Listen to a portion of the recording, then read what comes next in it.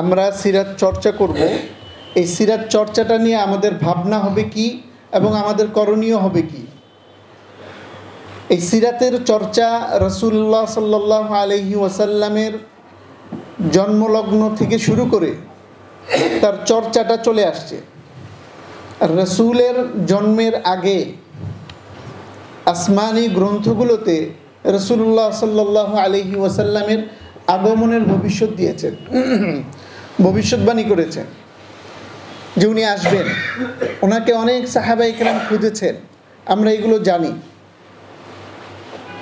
তো মূল বিষয় হলো রাসূলুল্লাহ সাল্লাল্লাহু আলাইহি ওয়াসাল্লামের সিরাত। ওনার সিরাতকে নিয়ে আমরা যে চিন্তাটা করব, সেই চিন্তায় বা ওনাকে নিয়ে যে আমরা চিন্তা করছি, সেটা ভাবনা করছি, সেটা আমাদের 5টা ল্যাঙ্গুয়েজের মধ্যে আসে। কারণ কওমি উলামায়ে কেরাম 5টা ভাষার সাথে সম্পৃক্ত। আরবি, উর্দু, ফার্সি, বাংলা, ইংলিশ। এই 5টা ভাষায় আমরা চিন্তা করি যে রাসূলের জীবনীগুলোকে আমরা অধ্যয়ন করব। তন্মধ্যে সর্বপ্রথম আমরা চিন্তা করি বাংলা ভাষায় আমরা কোন সিরাতটাকে অধ্যয়ন করব। বাংলা ভাষায় সিরাতের অনেক সিরাত আলহামদুলিল্লাহ দেখা যাচ্ছে। এখন আমাদের ভাবনা হচ্ছে আমরা সিরাত পড়ব, সিরাতকে আমাদের জীবনে আদর্শ হিসেবে লুফে নিব, আমরা এই সিরাতকে এমনভাবে আমাদের আদর্শে নিয়ে আসব। তো এই সিরাতগুলোকে আমরা পর্যালোচনা, যাচাই বাছাই করার মতো আমাদের অনেক সময় অনেক ধরনের চিন্তাভাবনা বা মানসিক থেকে আমরা এগুলোকে নিতে পারি না বা করতে পারি না। যেমন বর্তমান সময়ে আমাদের বহুল পরিচিত একটা বই, সিরাতের কিতাব, সেটা হলো আর রাহিকুল মাখতুম। আর রাহিকুল মাখতুমের মূল গ্রন্থ হলো, আমরা যতটুকু কওমি উলামায়ে কেরামের কাছে দেখেছি, সেটা হলো আরবি। আমরা যখন আরবিটাকে সামনে নিয়ে পড়ব, তখন আমাদের আলহামদুলিল্লাহ কোনো প্রবলেম নাই, কোনো সমস্যা নাই। কিন্তু যখনই আমরা আরবিকে বাদ দিয়ে বাংলাতে ভালো করে বোঝার জন্য চেষ্টা করব, ওইখানেই আমাদের জন্য প্রত্যেকটা পদে পদে আমাদের সমস্যা। ছোট্ট একটা উদাহরণ দিই। সর্বপ্রথম আর রাহিকুল মাখতুমের অনুবাদ আমার হাতে এসে পৌঁছেছিল লন্ডন প্রকাশনীর খাদিজা আক্তার রেজাইর। পৃষ্ঠা উল্টাতে উল্টাতে হঠাৎ করে দেখি একটা বাংলা অনুবাদ করেছেন যে ওয়া আরসালা আলাইহিম তয়রান আবাবিল। কেউ অনুবাদ করেছেন আবাবিল পাখি,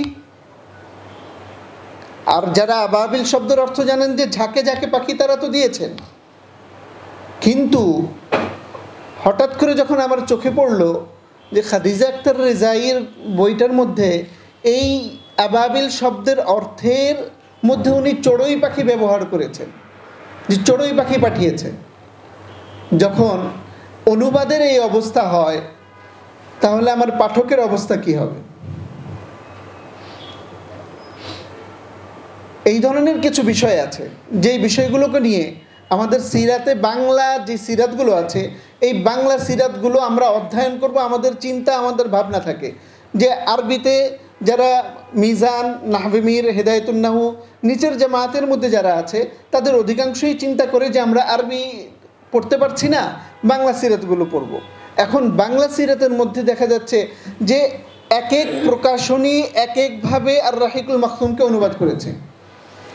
বিভিন্ন জায়গায় বিভিন্ন রকম সমস্যা আমরা অনুধাবন করেছি। এই সমস্যাগুলো দুই একটা সিরাতের কিতাব ছাড়া অধিকাংশ সিরাতে আমাদের বাংলাদেশে অনুবাদকৃত।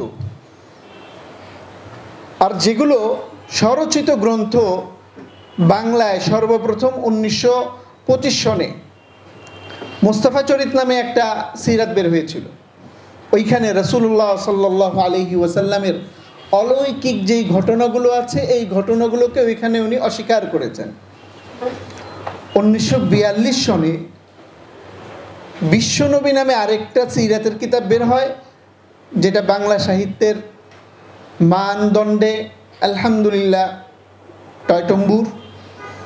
তো এই সিরাত গ্রন্থে যেই অলৌকিক গ্রন্থগুলো আগের সিরাতে অস্বীকার করেছে, এই বিশ্বনবী সিরাতের মধ্যে উনি রসুলের এই অলৌকিকগুলোর প্রমাণ দিয়ে, কোরআন এবং হাদিসের দলিল দিয়ে নিয়ে এসেছেন, যুক্তিযুক্তভাবে আলোচনা করেছেন।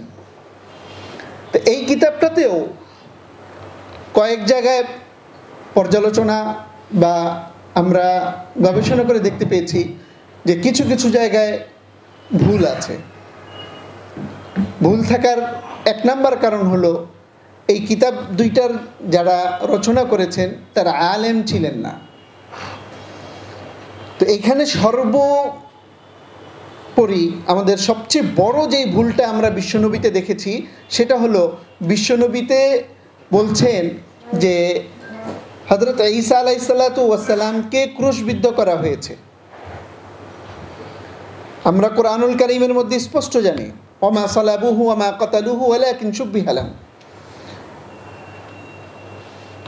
এই দুইটা কিতাবকে সামনে রেখে যে এগুলোর মধ্যে যে আলোচনা পর্যালোচনাগুলো হয়েছে 1956 সনে আমার দাদাজান রাহিমাহুল্লাহ, উনি বড়কাটরা মাদ্রাসার শেখুল হাদিস ছিলেন, উনি একটা সিরাতের কিতাব লিখেছেন। আমার আব্বা ছিলেন পাকিস্তান আমলে ফরিদাবাদ মাদ্রাসার মুহাদ্দিস, পরবর্তীতে যুদ্ধের সময় লেখাপড়া করে ঢাকা বিশ্ববিদ্যালয়ের ইসলামিক স্টাডিজের প্রফেসর ছিলেন।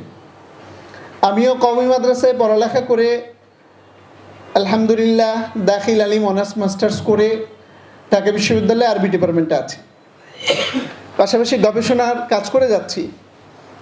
আমার আব্বাজান রাহিমাহুল্লাহ উনি 2016 সনে ইন্তেকাল করেছেন। তো আমার দাদা হযরত মাওলানা শেখুল হাদিস মাওলানা তোফাজ্জল হোসেন রাহিমাহুল্লাহ উনি 1956 সনে একটা সিরাতের কিতাব লিখেন, যার নাম উনি দিয়েছিলেন রাহমাতুল লিল আলামিন।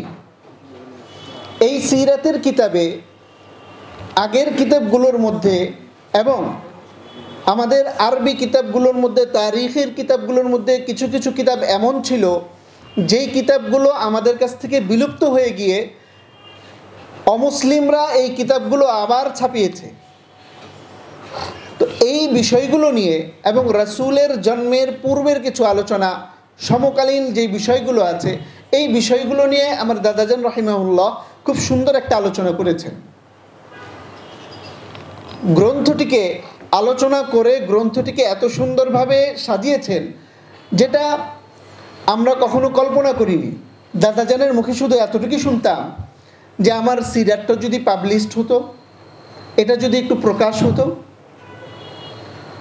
দাদাজানের ইন্তেকাল হলো 1995 সনে।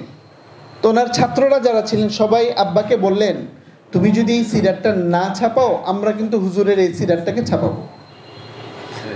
তখন আব্বা এই সিরাতটা ছাপানোর জন্য, হযরত কি শব্দটা নিয়ে আপনি চিন্তা করছেন? বলল নারীগণ। এখানে আপনার আব্বাজান রস্বীকার দিয়ে লিখেছেন। তখন আব্বাও একটু হতভম্ব হলেন যে ঘটনাটা কি। ডক্টর কাজী দীন মোহাম্মদ সাহেব আব্বাকে বললেন যে আপনি একটু আমাকে সময় দেন, দুই তিনটা দিন, আমি এই বিষয়টা নিয়ে একটু গবেষণা করে বা আমি একটু দেখে আমি দিচ্ছি আপনাকে। উনি 2-3 দিন পরে আব্বাকে ফোন দিয়ে জানালেন যে রাইটার অর্থাৎ লেখক আপনার আব্বাজান উনি সাহিহ, যদি শুধু নারী লেখা হয় তাহলে দীর্ঘিকার হবে, আর নারীর সাথে যদি গণ যুক্ত হয়ে যায় তাহলে সেখানে রস্বীকার চলে আসবে। এই জিনিসটা আমার জেহেনে ছিল না। ডক্টর কাজী দীন মোহাম্মদ সাহেব রাহিমাহুল্লাহ বলছেন এই কথাটা, এবং এই কথাও বললেন যে এই সিরাতের মধ্যে বাংলা ভাষার যেই মান ব্যবহার করেছেন আপনার আব্বা, আমি অবাক হয়ে গেছি যে একজন মাদ্রাসার শেখুল হাদিস, উনি মাদ্রাসায় পড়ালেখা করে এত ভালো বাংলা কিভাবে জানেন। আমি এতগুলো কথা বলার উদ্দেশ্য হলো যে আমাদের সিরাতকে নিয়ে চিন্তা এবং ভাবনা আমি আলোচনা করছি, সামনে আমাদের করণীয় নিয়ে একটু আলোচনা করব ইনশাআল্লাহ। তো যখন আমাদের কাছে 1956 সনে দাদাজান রাহিমাহুল্লাহ এই সিরাতটা রেখে গেলেন, আমরা 1998 সনে এই সিরাতটাকে ছাপালাম। এবং 1999 সনে বাংলাদেশ জাতীয় সিরাত কমিটি থেকে, যেটা আমাদের মৌলানা মহিউদ্দিন খান সাহেব রহিমাহুল্লাহ পরিচালনা করতেন, ওনার ওই প্রতিষ্ঠান থেকে এই সিরাত গ্রন্থটি জাতীয় পুরস্কার প্রাপ্ত হয়।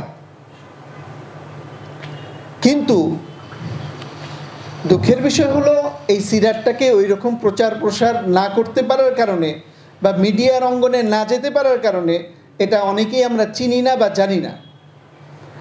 আদিব হুজুর মুদ্দাজিল্লাহুল আলী আবু তাহের মির্জা সাহেব, আমি যখন মাদ্রাসাতুল মদিনায় 2য় বর্ষে পড়ি, তখন হুজুর বললেন যে মাসরুরের দাদা যেই কিতাবটা লিখেছে, এই কিতাবটা তোমরা নাস্তার টাকা জমিয়ে হলেও কিনবা এবং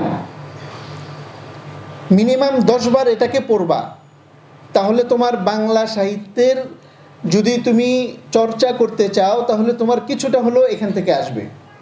আর হুজুর আরেকটা কথা বলতেন যে হযরত আবুল হাসান আলী নদভী রহিমাহুল্লাহ উনি বাংলাদেশে এসে একটা আফসোসই করতেন, সেটা হলো বাংলাদেশের উলামায়ে কেরামের সব কিছু আছে, একটা জিনিস নাই যেটা ভারতবর্ষে উলামায়ে কেরামের আছে। উনি বলতেন ভারতের হিন্দুরা উর্দু শিখে উলামায়ে কেরামের বই থেকে, আর বাংলাদেশের উলামায়ে কেরাম বাংলা ভাষা শিখে হিন্দুদের বই থেকে। উনি এটাকে নিয়ে আফসোস করতেন। তা আদিব হুজুর উনি অনেক চেষ্টা করে যাচ্ছেন যেন আমাদের উলামায়ে কেরামের বই থেকেই যেন আমরা বাংলা শিখতে পারি, এবং এই বইটাকে 2006 সন থেকে নিয়ে 2016 সন পর্যন্ত আমি এবং আমার আব্বা দুইজনে মিলে ইংলিশ করেছি। প্রথমে আব্বা চিন্তা করেছিল যে ইংলিশ করব না, আরবি করব। আমি বললাম কেন? বলল আর রাহিকুল মাখতুম যদি পুরস্কার পায় আর আমাদের এটা যদি আরবি করে আমরা আর রাহিকুল মাখতুমের পাশে রাখি, আমাদের এটা পুরস্কার পাবে ইনশাআল্লাহ। তা আব্বা সহ প্রথমে এই বইটাকে আমরা প্রায় 150 পৃষ্ঠা আরবিও করেছিলাম। হঠাৎ একদিন আব্বা এসে বলছে না, আরবি করব না, ইংলিশ করব। আমি ঠিক এই শব্দে জিজ্ঞাসা করেছি লিমাযা। আব্বা আমাকে বললেন দেখো, তোমার দাদাজান এই বইটার মধ্যে এমন কিছু আলোচনা করেছেন যেই আলোচনাতে ইহুদি খ্রিস্টানদের অনেক প্রশ্নের উত্তর এখানে আছে। যদি তাদের কেউ একজন এটা পড়ে মুসলমান হয় তাহলে আমাদের সারা জীবনের কাজ আমরা সফলতা পেয়ে যাব ইনশাআল্লাহ। তখন আমরা দীর্ঘ 10 বছর আব্বাজানের সাথে আমি কাজ করে একসাথে এই বইটাকে ইংলিশ করেছি। আব্বাজান 2016 সনের জানুয়ারি মাসে ইন্তেকাল করলেন। এই বইটার প্রায় 150 পৃষ্ঠা বাকি ছিল। ওই 150 পৃষ্ঠা আমি কমপ্লিট করে আলহামদুলিল্লাহ আমি বিভিন্ন জায়গায় বইটাকে নিয়ে ঘুরেছি প্রকাশ করার জন্য, কিন্তু অনেকেই প্রকাশ করতে অনীহা প্রকাশ করেছেন। এত বড় একটা বই সিরাতের, ইংলিশে তাও 1040 পৃষ্ঠা, এটা তো আমরা ছাপাতে পারবো না। আমি আপনাদের কাছ থেকে একটু সময় বেশি নিয়ে নিচ্ছি, আফওয়ান। তো অনেকেই অনেক ধরনেরই করেছেন। ইসলামিক ফাউন্ডেশন ওনারা তো কল্পনাও করতে পারেননি যে না এটা কিভাবে ছাপাবো। যাই হোক, আমাদের রাহনুমা প্রকাশনীর মাহমুদ ভাই উনি দেখে বললেন বরকতের জন্য আমি এই সিরাতটাকে ছাপাবো, যে রাসূলের সিরাত এটা বরকতের জন্য ছাপাবো আলহামদুলিল্লাহ। আমি বললাম ঠিক আছে, রাসূলের সিরাত নিয়ে আমার সাথে কোনো বিজনেস আমি করব না, আপনি ছাপিয়ে যান। তো উনি আলহামদুলিল্লাহ এটাকে ছাপিয়েছেন। ইংলিশটার কথা আমি এই জন্য বললাম যে রাজশাহীর সিটি কর্পোরেশনের একজন ড্রাইভার উনি আমাকে ফোন দিয়েছেন। ফোন দিয়ে বললেন হুজুর আমি আপনার সাথে 2টা কথা বলবো, আপনি আমাকে একটু সময় দেবেন। আমি বললাম ঠিক আছে। উনি বললেন যে আমার মেয়েকে আমি ইংরেজি শেখানোর জন্য একজন মাস্টার রেখেছি, একজন টিচার রেখেছি, আর ইংরেজি আমি শেখাচ্ছি তাকে আপনাদের এই সিরাতের বই দিয়ে। আমার কথা হলো যে সিরাতও জানবে এবং আমার মেয়েটা ইংলিশও শিখবে এই বই দিয়ে। আমি বললাম আলহামদুলিল্লাহ। আমি নিজেই অবাক হয়ে গেছি যে ওনার যে চিন্তা, উনি তো অনেক বড় চিন্তা করেছেন যে উনি ওনার মেয়েকে সিরাতের মাধ্যমে ইংরেজি শেখাচ্ছেন। আমাকে বললেন মাঝে মধ্যে যদি আমার টিচার আপনাকে ফোন দেয় কোথাও যদি না বুঝে তাহলে আমাকে একটু আপনি সহযোগিতা করবেন। আমি বললাম ঠিক আছে। এতগুলো কথার বলার উদ্দেশ্য হলো যে আমরা আমাদের চিন্তা ভাবনায় আমরা যে সিরাতগুলো নিয়ে আমরা চিন্তা করি, তো আমি 3টা সিরাতের কথা বললাম। এই 3টা সিরাতের মধ্যে একটা সিরাত বাংলা আলহামদুলিল্লাহ আমরা পেয়েছি, আর একটা সিরাত আমরা ইংলিশও পেয়েছি। আমরা এগুলো পড়তে পারি। পড়ার মাধ্যমে আদিব হুজুর যে কথাটা বলেছেন যে বাংলা সাহিত্য আমাদের প্রত্যেকের জন্য জরুরি, আমাদের কলমকে ধার করা প্রত্যেকের জন্য জরুরি। আজকে দেখেন, আমরা কথায় কথায় বলছি যে দ্বিতীয়বার আমরা দেশ স্বাধীন করেছি, দ্বিতীয়বার আমরা দেশ স্বাধীন করেছি। আমাদের করণীয়র জায়গায় আমি চলে এসেছি। ইম্পর্ট্যান্ট একটা বিষয়, বিষয়টা ছোট, কিন্তু একটু আমরা মনোযোগ দিয়ে শুনি এবং আমল করার চেষ্টা করি। ইনশাল্লাহ আমরা একদিন না একদিন আমরা আমাদের সুপ্ত প্রতিভাকে আমরা জাগাতে পারবো এবং আমাদের আগামী ভবিষ্যৎকে আমরা সাজাতে পারবো ইনশাআল্লাহ। সেটা হলো, রাজপথে আমাদের উলামায়ে কেরাম রক্ত দিয়েছেন। এই স্বাধীনতা অর্জনের জন্য রাজপথে মাদ্রাসার ছাত্র, উলামায়ে কেরাম সবাই কিন্তু রক্ত দিয়েছে, রক্ত ঝরিয়েছেন। ঝরিয়েছি না? ঝরিয়েছি। কিন্তু আমাদের কলমের রক্ত কয়জনের ঝরেছে? আমরা কলম দিয়ে, বাংলা সাহিত্যের মান দিয়ে, কলম দিয়ে আমরা কয়জনে কয়টা লেখা লিখেছি? আমরা নিজেরাই বলবো যে আমার লেখাগুলো আমি লিখেছি বাংলা সাহিত্যের মানদণ্ডে এবং প্রত্যেকটা স্তরে স্তরে, স্পন্দনে স্পন্দনে আমাদের প্রত্যেকটা কলম কথা বলেছে। এইরকম আমরা কয়জন পেয়েছি?